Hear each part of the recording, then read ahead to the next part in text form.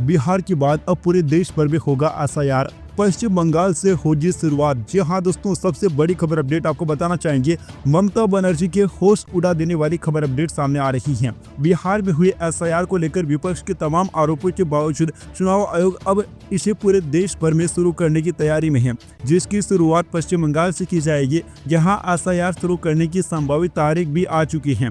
बताया जा रहा है कि दुर्गा पूजा के समाप्त होते ही बंगाल में 6 अक्टूबर के बाद एसआईआर शुरू किया जाएगा। राज्य मुख्य चुनाव अधिकारी CIO कार्यालय की ओर से एसआईआर की तैयारी को अंतिम रूप दिया जा रहा है। बता दें कि बिहार के बाद बंगाल में मतदाता गहन पुनरीक्षण शुरू करने की बड़ी वजह यहां अगले साल होने वाला विधानसभा चुनाव है। जिस तरह का विवाद बिहार में हुआ, उसके बाद समय से पूर्व इसे चुनाव आयोग कर लेना चाहता है। CEO कार्यालय के सूत्रों ने बताया कि 2002 के एसआईआर के डेटा को जनवरी 2025 की बंगाल की वोटर लिस्ट से मैच करने का काम कल तक पूरा कर लिया जाएगा। इसी बीच CIO कार्यालय ने 2026 के बंगाल विधानसभा चुनाव की तैयारी भी शुरू कर दी है।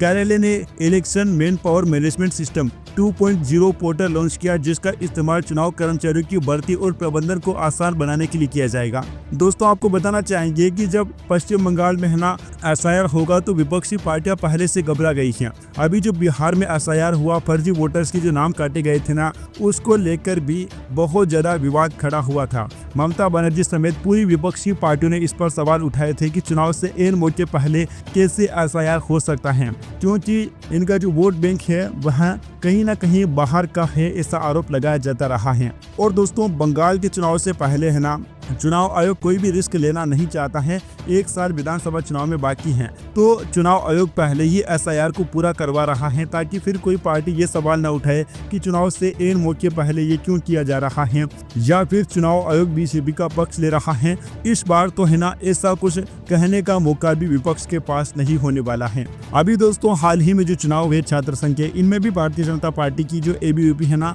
इन्होंने शानदार जीत हासिल की है। कुछ लोग जेनजी युवा को भड़काने की कोशिश कर रहे थे, लेकिन वो रणनीति भी काम नहीं आई। Subscribe now and press the bell icon. Never miss an update.